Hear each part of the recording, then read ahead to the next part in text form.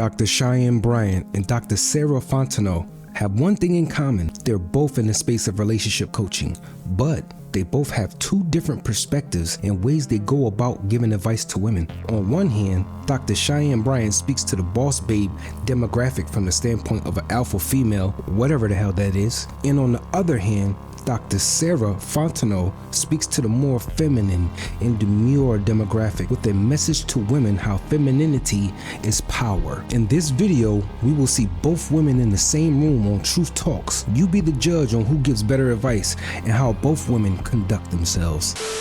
High functioning women. Okay, I'm going to go first because I coined high functioning, low functioning, and high value. Here we go with the bullshit. Here we mother go. Here she go with the, oh, I coined this, I coined that, this is my rubric.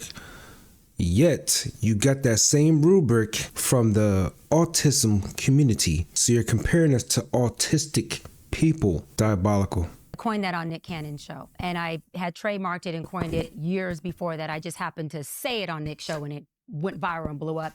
And then all of the blogs and everyone start using high functioning, low functioning, and using my rubric to measure whether somebody was high functioning, low functioning, or high valued. And then I'll let Sarah explain what her take is on it. For me, the functionality that I'm talking about is how well do you function relationally within yourself and in a relationship with the person.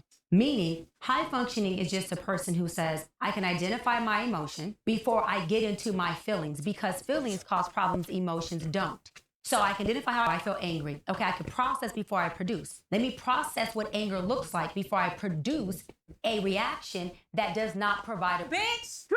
Bitch. Because high functioning people think and speak to provide resolve. Low functioning people react. What's that? I was ready. When I see Cheyenne jump in on Jackie's side, then I'm definitely stood up to jump in on Brandy's side. To create more impairment and more problem to the already existing problem. Got it.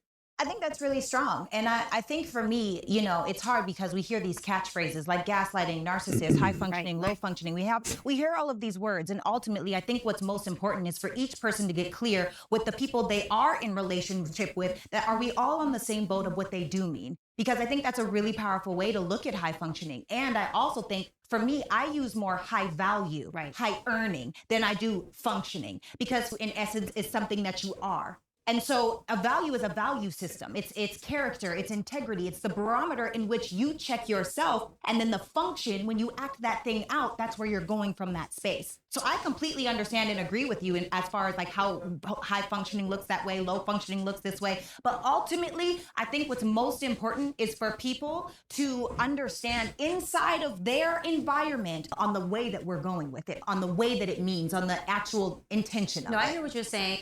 Absolutely, because the meanings of these words are getting taken out of context, or they're being used in a way that's actually hurting us more than it's helping us. And I don't think that's right. And she's just taking words to make them buzzwords. And just to add to that, people need to be clear on where they are in their functionality and how does that collective function. That's why I said it's important to be a hybrid, because none of us are functioning at a high level all the time. That's called dehumanized. All of us have low functioning moments. And if we are too high functioning, that means that we are too much in our arrogance and we're transactional, and relationships have no place for transaction. The boardroom is transactional.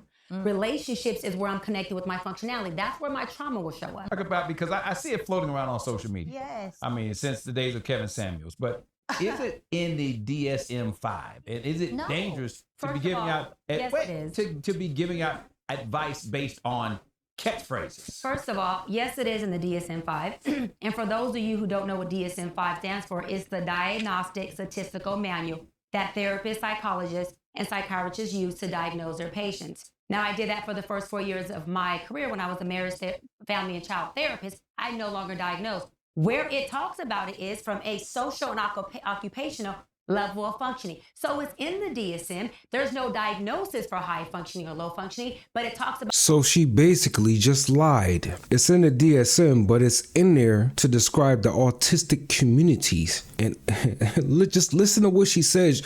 When you hear her speak, you just got to listen to her words carefully because she says one thing and then she'll contradict herself the very next sentence. The functionality of a person. That rubric of how somebody functions is how far this was functioning on the spectrum. So, I would say out of the entire interview, this is where my personal patience started running a little thin. So I know that there were a lot of times earlier in the interview, there was a lot of word salad, on her part.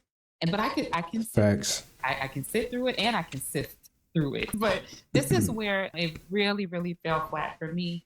And I've mentioned this before in another video myself, is that, again, with the title, and I'm just going back to the title of a doctor of psychology, a therapist. I'm not talking about the life coaching part, because I know she mentioned she's a life coach too. But she made that very clear about her position and her background, her credentials. A doctor of psychology, I cannot ever see them talking about a woman wanting a man but not needing them and identifying that as high functioning. And just because, and again, I really think if she would have just premised it first and say, when he was asking her, what describes a high functioning woman, she should have said, and this is again my professional opinion on this one, just address the audience by saying, for the sake of this particular conversation, I am going to identify high functioning as this. But I do want you all to understand that the technical, definition of high functioning and low functioning typically refers to the autism community. That's it. And so look at that. You see what I'm saying? Look at that. There you have it. And that's coming from a licensed therapist and sex therapist, relationship therapist. These are actual licensed PhDs, let's put it like that, who does the same job. However, they're less in the limelight because they know it affects their position. It affects their job. So this is how they separate the stardom from actually being a practicing doctor. But how I'm going to speak to you all is going to be in this respect. So I just want you all to understand. So, if you're going around using that word, I just want you to be fully aware of, that word's true meaning. But for the sake of this video, let's talk about it, in this way. And then she can kind of break down a little bit more of how she came to this conclusion of a woman, wanting you but not needing you. Again, like you said, a lot of buzzwords, a lot of just kind of like societal jargon, social media jargon that really just doesn't have that much meaning to it. We're just putting this meaning to it. So I felt like her credibility for me just really, really took a deep dive. And so that's when it was really hard for me to honestly take this part of the interview seriously. And I still remained, in terms of supportive in the other areas that she was speaking on, because there were some things that she touched on that I think were very important. And I think that made a lot of sense. And I think it aligned with what it was that she was actually trying to communicate. I do believe that. But that area, like I said, you got one shot. And once you get out there and you start telling people these things, and people are looking to you because you're the celebrity. So they're going to actually look to you as an expert because you're a celebrity first, and they're not going to look at you as an expert first, celebrity first. And because they're hanging on to your every word, you could actually cause more damage, than good by not being very clear on these technical terms and what they really do. So to break it down a little easier is because this is a very conjunction. What's your function? I don't know. So I need you to. Period. How well can you regulate your emotions so you're creating resolve and you're in your high emotional intelligence? So high functioning is I'm just being emotionally intelligent. So there you have it again. She's just taking words, conflating them with other words so she can create her own words or something that she can stamp or coin as her own, and she's using these words interchangeably, and it's causing more harm than it is good, because now you got everybody running around here calling people high functioning, low functioning, when overall she wants to be a hybrid, and she wants a hybrid. She wants somebody that's high functioning and low functioning. However, she got mad smoke about people that are low functioning, because that's what this whole topic is about when it comes to her. Is she's trying to set a new standard for what women are supposed to be these days. And it's really that boss babe mentality, that third, fourth wave feminism mentality. And it's really causing damage in our community. I know how to function there. Right. But this is what it is. It's what were you gonna say, Will? I was gonna ask something that was probably like a little off. You had yourself Right. together. Like just break it down. Like, so I understand like it's in the DSM-5. You have functioning here. You have functioning there. The only issue that I see now is that people who ain't never been in the DSM-5 is starting to say, Well, no, he's high functioning. Right. He high value, and it's becoming an excuse for people to commit. But I wanted to I said no, you're no, superior to right. anybody. That's not what it means. Okay, so all I'm saying is inside of the functionality, so like she said, it's not in there, but you could infer that it's in there. And what that means is there's a spectrum of how we all behave. But she did say it was in there. And then she proceeded to say that it wasn't in there. And they got Dr. Sarah Fontenot helping her out, backing her up on this. And she was wrong. Dr. Cheyenne Bryant was wrong for even saying it. Of course. Right? Are you ratchet and knuck if you buck, or are you classy? That's really all it comes down to. And where do you lie on the spectrum? It's almost like masculinity and femininity. We all have each, right? Masculinity and femininity, they are not genders, they are energies, and we all have both. Masculinity is certain, it's decisive, it's strong, it's let's do it, it's get it done, it's achievement. Femininity is flow, it's cooing, it's nurturing, it's let me I like raise the way this your up. voice changed. Thank you. It's nurturing. I'm a feminine woman. Yeah. So I say that to say we all have both, but where are you at on the spectrum? And so when you read, David Data has an amazing book called The Way of the Superior Man. Yes, that's my I favorite love book. that book. It's an That's amazing all read that in. book. You was reading it. Great book. I'm an avid reader. Okay. Yeah. Okay. I don't want to be in a Oh, YouTube movie. so- Wait, before I say y'all that- go on, I want to say No, wait, let me you finish can this be whole- ratchet and still be high No. fun because you could be because I Look at this. She don't even let other people speak. Now, if we tune our eyes in, we would call that combative. She's very combative, even with her co-host right now, Dr. Sarah Fontenot. She cut her off and won't even let her finish speaking. And that's a problem because I've seen her do it on so many platforms. She'll go to the platforms and then act like she owns the platform, like that's her show. This lady is not a good role model for women. And if y'all follow her, I suggest you stop doing it because you're going to end up just like her, single with no children. She's been single for the last 6 years. She said it out her own mouth. This is not alleged. This is information that came out of her own mouth. want to say this. You could be ratchet and still be high functioning. Functioning is not about a ratchetness. Ratchet gives a very derogatory. Shut up, you being scary, you punk ass bitch though. A person can be rat and be high functioning. How you function has nothing to do with if you're ratchet, if you're hood, or if you're not. A functionality is how well You regulate So think your about emotions. it. Exactly, and I agree with that. So if you are traumatized, let's say that you are triggered all the time because you haven't taken the time to resolve your trauma. Yes. This is a response. Yes. Oftentimes what we Trauma label response. as ratchet or knuck if you buck or whatever it is, it's because those are the way those women are behaving. It's not a look. It's not an essence. It's not an image. No, let me finish. I'm asking a question. No, you can't. You're generalizing. But you generalize. You can't generalize and say. See, you can't cut people off. You had to have Ryan Cameron, make her stop, and she still won't stop. She just keeps talking over people. It don't even matter. And it's because she's getting really teed off right now because her image depends on this right now. So she's trying to clear up everything. She's trying to control the narrative. I'm only making these videos so we can take a deeper look at what's really going on in our faces that she's trying to hide. By saying that, calling somebody ratchet for having a trauma it's all response. subjective, right? There we and go. this is the thing There that we we go. all have to have this conversation, It's and it goes back subjective. to the spectrum of things, and it also goes back to your environment. The DSM-5 does not have you are high functioning, you are low But it functioning. has functioning in it. 100%. yeah. She's defending her rubric, and see, it's falling apart because she has another doctor in the room that's really making sense of it. You get what I'm saying? She said earlier it's on the DSM-5, but it's really not on the DSM-5. She made it up. She's a liar. Functioning, in but it, it is written a in the word. spectrum, Yes. and inside of the spectrum, you get to see where do you lie, and that's only something that you can figure out through your own life experience and the mirroring back from people and the responses that you're getting. Everything else is just subjective. There's no way to say, oh, you are. Look at her. Look at that face. Touching on the hair. If we talking about body language, she's uncomfortable right now, and that's called self-soothing. Are high function because of somebody else, you're low function. So, ladies, In the way that you're saying it, I gotta move forward, okay? So the question becomes: is do men and women define it differently? Yes. So listen, I want you to just take a look. Take a look at this. okay. A high value woman, by contrast, she's appealing and attractive. She has a comforting character. Her character, a high value woman, is comforting in her character. She's not going to shame you, insult you, or guilt you. She's going to lift and build people up. She's enthusiastic and exuberant about things. She's, like I said, she's liberating. Low value women are the opposite. They are burdensome. A high value woman is a feminine asset. A low value woman is a liability. May May rest rest in Facts. peace. Yeah. He's describing the noun version of value.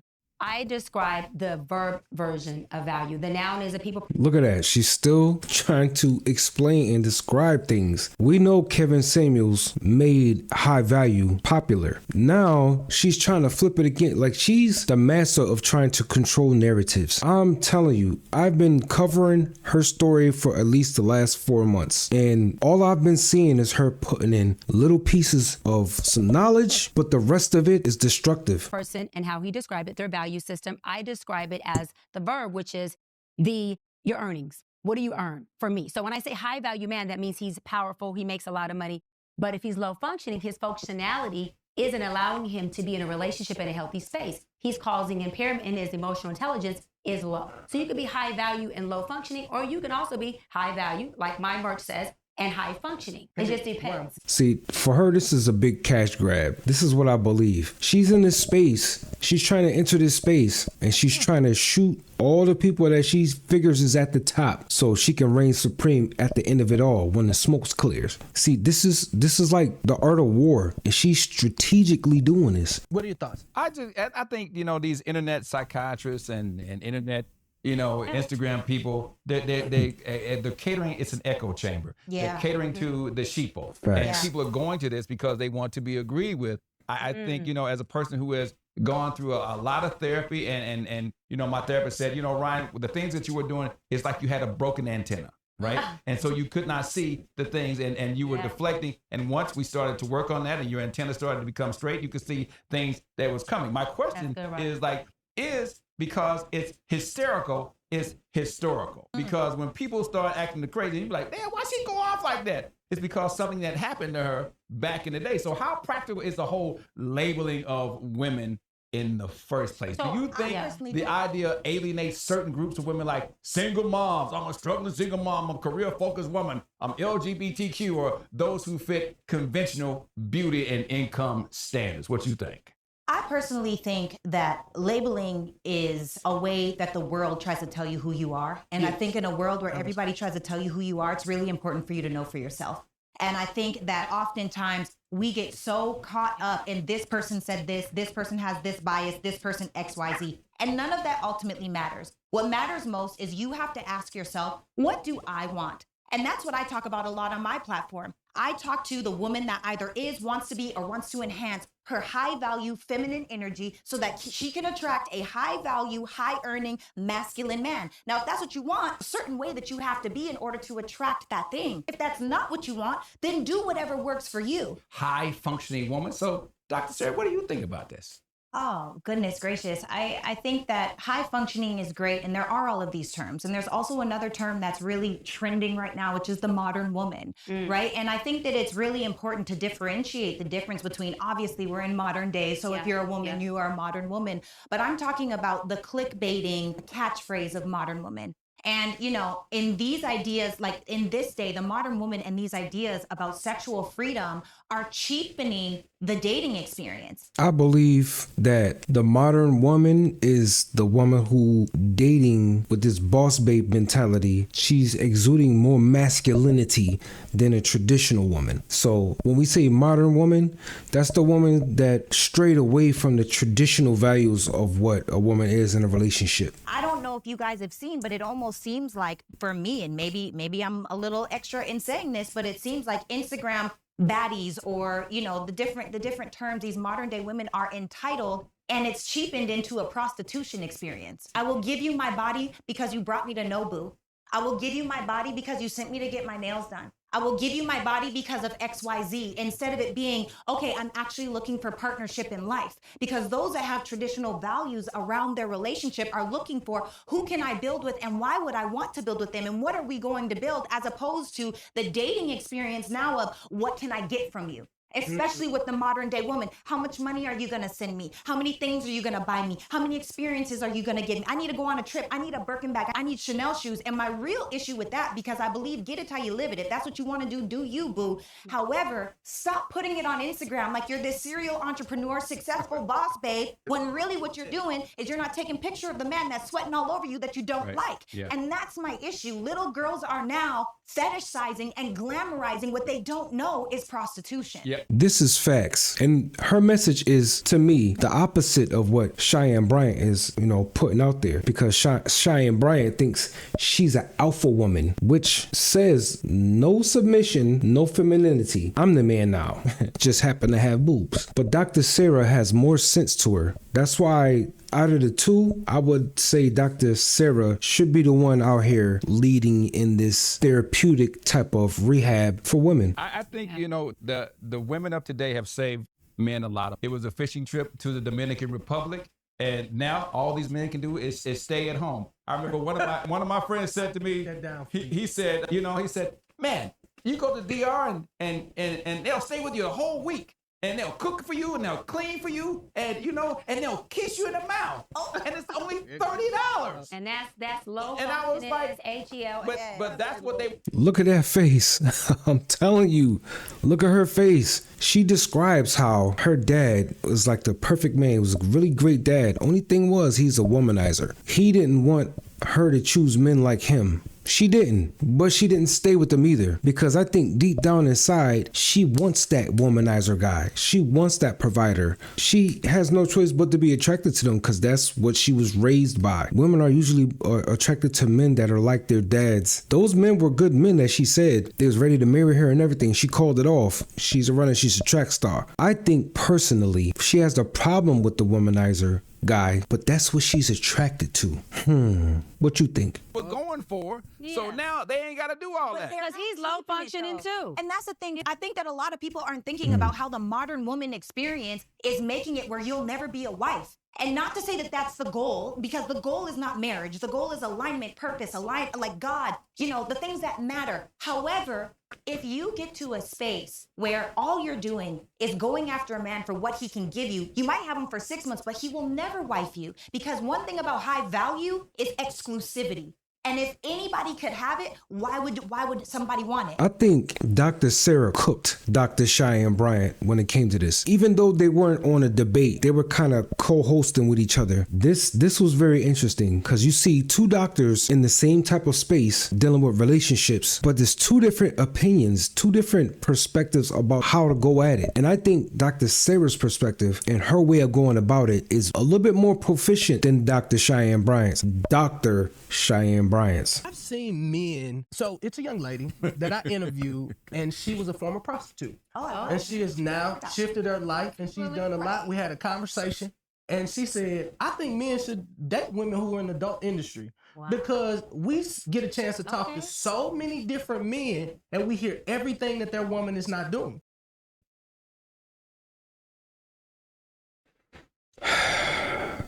So I want a hell of a wife now, even though she married older. So, in my rightful opinion, I think everybody has the opportunity to change and transform their life. So I don't want to omit somebody because of the season that they're in. The only issue that I also have is the internet is unforgiving and it's never erased. But I do understand that change can change for anybody. But I do want to say something. Well, so here go the thing about me. Right. I'm just saying. I don't know if I'm gonna do that. I'm not sure. But it would have to be a total change. Like, I believe we all have a past. We just don't have to be prisoners to it. So I wouldn't hold her as a prisoner of her past if now she's ministering and doing what she's supposed to do. I can't believe it. Yeah. I couldn't see that for you. But half of these men don't know what they women done in college. That's right. Like, when I go back to the college reunion, I'm like, you married her? But she was at the front house. I always say this. Men marry hoes all the time.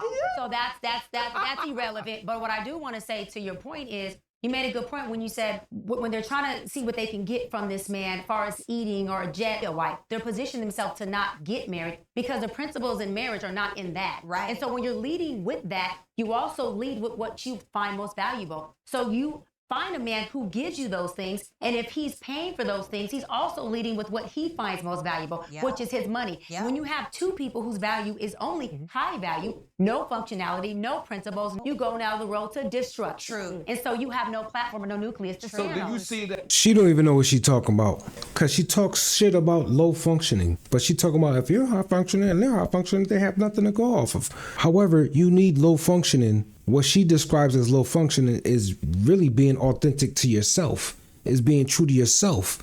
Because she says people that are low function are who they are, regardless of any emotions, any feelings. They just basically are authentic to who they are. So what is it, Dr. Bryant? Is low functioning a bad thing, or is low functioning authentic? That with, as both of you on your platforms, it seems to me that the men who have no communication skills, they have no way to register with these women because they don't have any things in common. They don't have anything that they can talk about. So instead of saying, hey, let me talk to you, like back in the day when we was in college, you know, we didn't have no money, but we sure had game.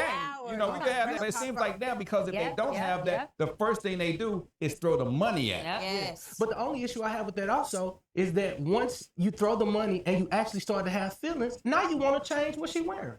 You right, Willie. No, It was like, no, that's how you came in. So But here's true. the thing. Pride is gonna make an excuse, but humility gonna make an adjustment. I told a guy, I said, man, you know what you had when you got her. He said, but I love her now. I wasn't expecting love, right? And I said, well, you have to have a real vulnerable conversation. Because a lot of times you let pride come in and you like, no, you can't wear this, you can't wear that. You got to be able to say, babe, you know what? That's mine now. Yeah. And And I that don't goes want for women everybody too. to As see it. women get in their feelings and they get past the Birkin bags, they now want time, commitment, and a faithful man. But a man who's leading only with his money and honey, baby, don't have that to give you. He's giving you exactly what you wanted, which is just a good time. So don't gaslight him. Enjoy the time and make a good experience from it. And then circle the block and find someone who's in alignment with what you really want. This is your doctor. This is your queen, giving out some of the most horrible advice ever. Did you just hear what she said? She's telling women to use that up, and then when he's done with spinning on you, and when you're done with that, go spin the block and find you somebody that's really going to check up on it. Horrible advice. Horrible advice. I can't believe she's up here saying this.